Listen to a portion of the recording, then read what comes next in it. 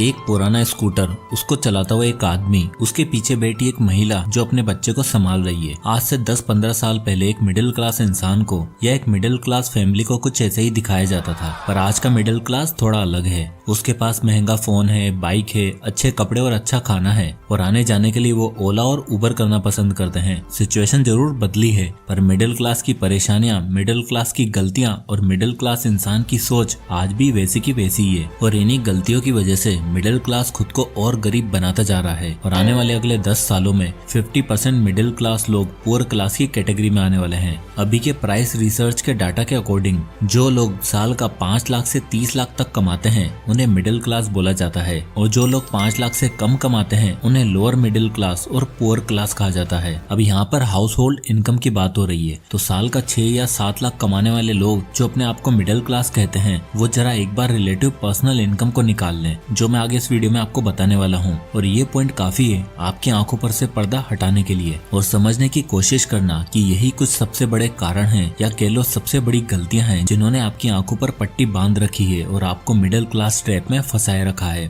जिसमें सबसे पहली गलती आती है मिस्टेक नंबर 1, दिखावा है या छलावा, द स्टेटस गेम। इस रिपोर्ट में देखो 17 साल के एक चाइनीज लड़के ने, जिसको आईफोन लेने का इतना शौक था कि वो किसी भी हद तक जा सकता था, पर उसके पास पैसे तो थे नहीं, तो भाई ने लिटरली अपनी एक किडनी बेचकर आईफोन लिया और समाज में अपना स्टेटस सिंबल ऊंचा करने के लिए अपनी जिंदगी की वाट लगा दी। आज की डेट में 60% मिडिल क्लास लोग ब्रांड कॉन्शियस है। उन्हें अपनी फैमिली, अपनी इनकम और अपनी लाइफ से ज्यादा अपने स्टेटस सिंबल की पड़ी है। पास वाले गुप्ता जी ने ये किया तो हम भी करेंगे, सत्या की शादी राजस्थान में हुई है तो मैं भी वहीं करूंगा, हनीमून पे मालदीव जाएंगे, दुबई जाएंगे, शर्मा जी ने अपने बच्चे को विदेश भेजा है, हम भी भेजेंगे। अब बात दरअसल ये है कि आम लोग जब ठीक ठाक कमाने लग जाते हैं उन्हें लगने लगता है कि अब सब कुछ ठीक है, तो वो अपनी लाइफ में कंफर्टेबल हो जाते हैं, जो उन्हें कभी अमीर नहीं बनाने देती। क्योंकि अब हम ज्यादा कमाने लगते हैं तब इन्वेस्टिंग, रिटायरमेंट प्लानिंग और वेल्थ बिल्डिंग की जगह हम बड़ा घर, महंगी गाड़ी, महंगी एजुकेशन और बेस्ट लाइफस्टाइल की तरफ अपना पैसा खर्च कर देते हैं। क्योंकि हमारा अल्टीमेट गोल रिच लोगों की तरफ बनना नहीं, बल्कि सिर्फ उनकी तरफ दिखना होता है, और सिर्फ उनकी तरफ दिखने के लिए अपनी जेब पूरी तरीके से खाली कर बैठते हैं। पूरी दुनिया के मिडिल क्लास सिर्फ स्टेटस गेम में है और दिखावे में लगे हैं, और इसी वजह से वो करते हैं दूसरी और अगली गलती जो उसकी पूरी जिंदगी तकलीफ से भर देती है, जो की है मिस्टेक नंबर 2, सपनों का आशियाना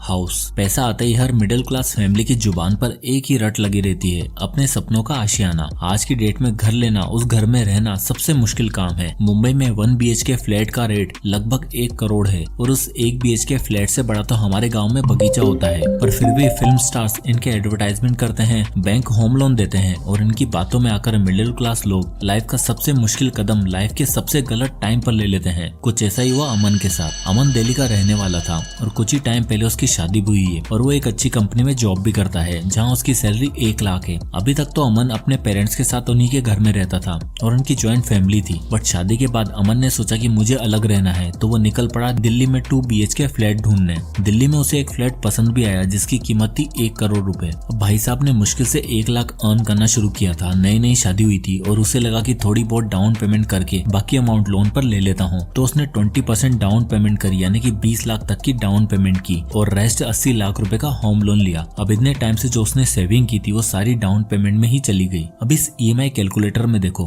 अमन ने 80 लाख का होम लोन लिया है, वो भी 25 सालों के लिए, तो उसकी महीने की EMI आएगी 64,418 रुपए। अब 1 लाख कमाने वाला इंसान लगभग 65,000 तो EMI में ही दे देगा, तो बाकी के खर्चे निकालेगा कैसे। और मजे की बात तो यह है कि 80 लाख के लोन पर उसे इंटरेस्ट देना पड़ेगा 1 करोड़ 13 लाख रुपए, और फिर उसकी मेंटेनेंस, बिजली, पानी सब मिलाकर उसमें जो खर्चा आएगा वो तो सब भूल ही जाओ। जैसे ही इनकम बढ़ी तो हर वो तरीका ढूंढो जिससे घर में एक भी पैसा ना बचे। ये सोच है मिडिल क्लास की। अगर अमन अपने पेरेंट्स के घर में ही रहता और 50,000 रुपए सेव करता और उन 50,000 रुपए को इन्वेस्ट करता तो क्या हो सकता था, चलो देखो। अब इस SIP कैलकुलेटर में देखो, अमन अगर 50,000 रुपए महीना इन्वेस्ट कर रहा है, जहाँ उसने इन्वेस्ट किया 10 सालों के लिए और उसे रिटर्न मिल रहा है 13%, तो 10 साल बाद उसकी वेल्थ बन चुकी होगी 1 करोड़ 20 लाख रुपए। इसमें तो उसका नया का नया घर आ जाता और उसे लोन लेने तक की जरूरत भी नहीं पड़ती। पर नहीं, उसने ऐसा नहीं किया। सपना तो था तो जल्द से जल्द पूरा होना चाहिए, भले ही उसके बाद भविष्य की वाट लग जाए। अब आती है मिस्टेक नंबर 3, मेरा बेटा इंजीनियर बनेगा, एजुकेशन। मुबारक हो, घर में इंजीनियर हुआ है, डॉक्टर हुआ है, IAS IPS हुआ है, कुछ यही स्टेटमेंट्स रहती है हर मिडिल क्लास पेरेंट की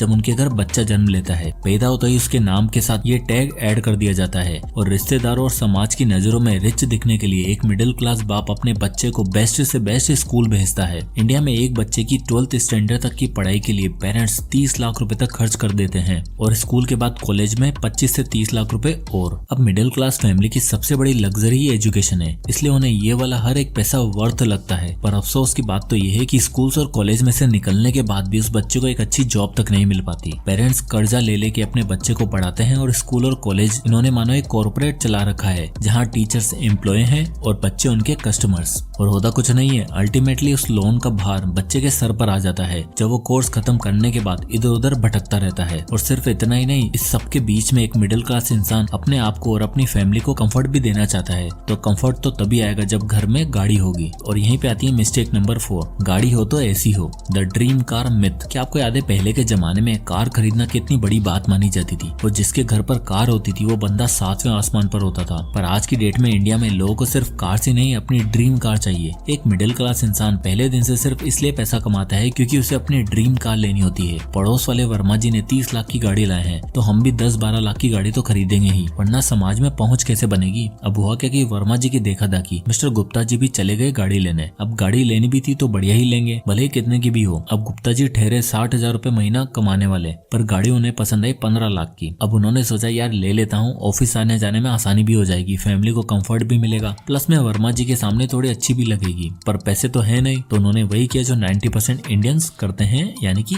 EMI। इस रिपोर्ट के अकॉर्डिंग इंडिया में हर 5 में से 3 लोग कार के लिए EMI ऑप्शन ही सिलेक्ट करते हैं। तो गुप्ता जी ने सोचा मैं क्यों पीछे रहूं, उन्होंने गाड़ी लोन पर उठा ली। पर जब बारी आई मंथ ऑन मंथ EMI की तो देखते हैं उन्हें क्या प्रॉब्लम फेस करनी पड़ी। तो गुप्ता जी अगर 10 लाख का कार लोन लेते हैं और 5 साल के लिए EMI बनवाते हैं तो उन्हें 31,000 रुपए की EMI पे करनी पड़ेगी। पर जब पहले महीने गुप्ता जी ने चेक किया तो उन्हें पता चला इंश्योरेंस, मेंटेनेंस, पेट्रोल सबका खर्चा मिलाकर उनका टोटल 35 से 37,000 रुपए लग रहा है। यानी 60,000 की सैलरी में 37,000 सिर्फ गाड़ी के खर्चे। अल्टीमेटली उन्हें अपने बाकी के खर्चे काटने पड़े और एक टाइम ऐसा भी आ गया था कि वो डिफॉल्ट करने से सिर्फ एक कदम दूर थे। अब ऐसा तो होगा ही क्योंकि 60,000 की सैलरी में गुप्ता जी को सबको देखना होता था, क्योंकि वो घर के मसीहा हैं और उन्हें सब कुछ अकेले करना है। और यहीं आती है एक मिडिल क्लास की सबसे बड़ी और अगली गलती, मिस्टेक नंबर 5, मैं अकेला सब कुछ कर लूंगा, सिंगल अर्निंग मेंबर। जैसे कि मैंने आपको वीडियो के स्टार्टिंग में बताया कि मिडिल क्लास उन्हें कहा जाता है जो साल का 5 लाख से 30 लाख अर्न करते हैं, यानी महीने के मिनिमम 60,000 रुपए से लेकर मैक्सिमम 2.5 लाख रुपए। पर ये मिडिल क्लास जो महीने का 60 से 70,000 कमाने का दावा करता है, असल में अगर इनकी एक्चुअल इनकम निकाली जाए तो ये पुअर क्लास की कैटेगरी में आ जाएंगे। देखो यार, एक गरीब आदमी को न ही ब्रांड्स का शौक होता है और न ही किसी शो ऑफ का,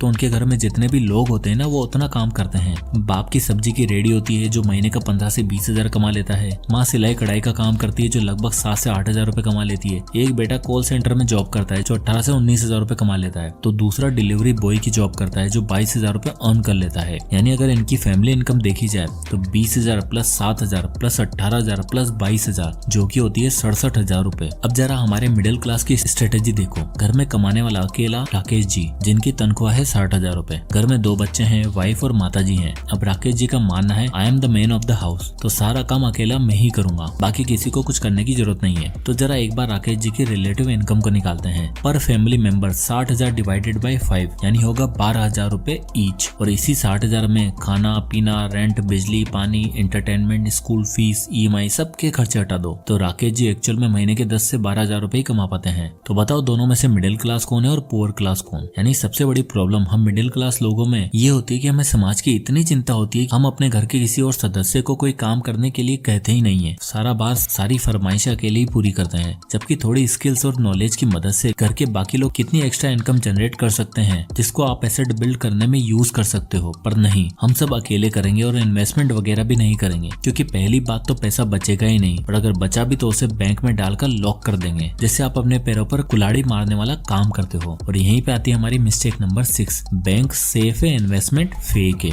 जो भी एक इंसान अपने पापा को बताता है कि मैं इन्वेस्टमेंट शुरू करने जा रहा हूँ इंडेक्स फंड और स्टॉक्स में, तो उनका पहला रिएक्शन होता है बेटा ये सब बेकार होता है, पैसा डूबेगा और कुछ नहीं। हमारे भैया का भी खूब पैसा डूबा था इसमें एक बार। और ये स्टीरियोटाइप हर मिडिल क्लास के साथ होता है, तो वो सबसे सेफ इन्वेस्टमेंट अपने बैंक को मानते हैं। कमाया धमाया और सारा पैसा बैंक को दे दिया, ज्यादा से ज्यादा तो FD करा लेंगे, जिससे इन्हें लगता है जंग जीत ली। अराउंड 77% इंडियन अपने पैसे बैंक्स के सेविंग अकाउंट में रखते हैं, जिससे वो कभी भी इन्फ्लेशन को बीट नहीं कर पाते। अब आप देखो, कंज्यूमर, हेल्थ और एजुकेशन को मिलाकर इंडिया में टोटल इन्फ्लेशन 10 से 12% के बीच रहता है और बैंक हमें कितना इंटरेस्ट देता है? 6%। यानी 100 रुपए की चीज तो 112 की हो गई, पर हमारा पैसा सिर्फ 106 ही हो पाया। सेफ्टी के चक्कर में अपने आप को और गरीब बनाते चले जा रहे हो, और क्योंकि पैसा है नहीं तो जरूरत पूरी करने के लिए मजबूरी में लोन ही लेना पड़ता है। सारी प्रॉब्लम्स की जड़ी यही है। और यही आप अपना पैसा मंथली SIP के थ्रू इंडेक्स फंड में इन्वेस्ट करते तो आपको 12 से 14% के बीच रिटर्न मिलता। इन्फ्लेशन को भी बीट कर पाते और अपनी इच्छाओं को भी पूरी कर पाते। बट हम लोग बैंक को सेफ इन्वेस्टमेंट मानते हैं, जबकि बैंक में पैसा रखना चाहिए, बट केवल इमरजेंसी के लिए। बैंक आपके लिए इन्वेस्टमेंट का ऑप्शन नहीं होता, जबकि इमरजेंसी और प्रोटेक्शन के लिए होता है। तो इसलिए बैंक में इमरजेंसी और प्रोटेक्शन के लिए ही पैसा रखो, ना कि इन्वेस्टमेंट के लिए। अब देखो यार, प्रॉब्लम्स तो सब बताते हैं, पर इन्हीं सभी गलतियों को आखिर सुधारने का सोल्यूशन क्या है? तो देखते हैं 3 अमेजिंग सोल्यूशन को। Number 1, the 48 hour rule. 48 hour rule कहता है, अगर आपको कोई भी चीज पसंद आई है या आप सोच रहे हो परचेस करने की, तो आपको इम्पल्स बाइंग ना करते हुए थोड़ा टाइम लेना है, एटलीस्ट 48 घंटे, जिसमें आप ये देखो कि क्या आपको सच में वो चीज चाहिए या बस सेल में देखकर उसे उठाने चले गए। दूसरा, ये चेक करो कि उस चीज का कोई पर्टिकुलर यूज है या फिर नहीं। नेक्स्ट, चेक करो कि आपके पास इनफ अमाउंट है या फिर नहीं, और अगर नहीं है तो उसके अल्टरनेटिव कोई और प्रोडक्ट ढूंढो। 48 घंटों के बाद आप जो भी डिसीजन लोगे वो आपका सबसे बेस्ट डिसीजन होगा और आप गिल्ट फ्री होकर उसे परचेस कर पाओगे। Solution number 2, the 2x rules for purchase. देखो यार, दुनिया ना चीजों का पिटारा है, और जब हम बाहर निकलते हैं तो हम सोचते हैं कि ये भी ले लो, वो भी ले लो, सब ले लो, पर पैसा तो है नहीं, इसलिए सारा लेते हैं EMI का। और फिर बाद में गलती से अगर जॉब छूट गई या पैसा नहीं हुआ तो डिफॉल्ट कर देते हैं और एक लोन को चुकाने के लिए दूसरा लोन ले लेते हैं। इसी प्रॉब्लम को अवॉइड करने के लिए 2x रूल को अपनाओ। ये 2x रूल कहता है कि आप जो भी चीज खरीदना चाहते हो उसे अगर आप 2 बार खरीदना अफोर्ड नहीं कर सकते हो तो उसे कृपया करके ना खरीदो। मान लो अगर आप 1 लाख का फोन लेते हो और अगर किसी कारण से वो 1 लाख का फोन टूट गया और अगर आप बिना झिझक के दोबारा 1 लाख का फोन नहीं ले सकते, तो इसका मतलब आप उस चीज को 2 बार लेना अफोर्ड नहीं कर सकते, इसलिए आपको उतना महंगा फोन नहीं लेना चाहिए। अब आता है solution number 3, increase earning potential. आपको जितना हो सके अपने अर्निंग पोटेंशियल को इंक्रीज करने पर ध्यान दो। हो सके तो अर्निंग मेंबर्स बढ़ाओ। अब यहाँ मैं ये नहीं कह रहा कि अपने बच्चों को भी काम पर लगा दो, बल्कि जो सदस्य कर सकते हैं एक स्किल सेट बिल्ड करके दिन के 4 से 5 घंटे भी काम कर सकते हैं, उनको अप्रिशिएट करो। आज की डेट में तो सोशल मीडिया ने, इंटरनेट ने ऐसे अनगिनत सोर्सेज डेवलप कर दिए हैं जिससे बस घर बैठे दिन के 4-5 घंटे काम करके भी आप 10 से 12 हजार रुपए अर्न कर सकते हो। तो घर में कोई सदस्य है जो काम करने का इच्छुक है, बट आप अपना ईगो बीच में लाके बोलते हो कि नहीं कमाऊंगा तो बस मैं ही। ऐसा करने से आप कभी भी इस मिडिल क्लास ट्रैप को ब्रेक नहीं कर पाओगे, इसलिए अपने अर्निंग पोटेंशियल को बढ़ाओ। सो फाइनली वीडियो को एंड करते हुए मैं यही कहना चाहूंगा कि घर, गाड़ी या कोई भी महंगा सामान खरीदने से पहले 48 घंटे का टाइम लो, 2x रूल को फॉलो करो, बैंक में सारा पैसा रखने की बजाय इन्वेस्टमेंट करो, कंपाउंडिंग का मैजिक सीखो, और बाहर सब कुछ आपके अकेले से नहीं होगा, तो फोकस करो अर्निंग मेंबर्स या फिर अर्निंग पोटेंशियल को इंक्रीज करने का। तो आई होप ये वीडियो आपको पसंद आया होगा। तो इस वीडियो को ज्यादा से लोगों तक और अपने व्हाट्सएप ग्रुप में जरूर शेयर करें। वीडियो पसंद आया तो लाइक करें और इसी तरह के वीडियोस के लिए चैनल को सब्सक्राइब करना ना भूलें। तो मिलते हैं नेक्स्ट वीडियो में, तब तक के लिए जय हिंद।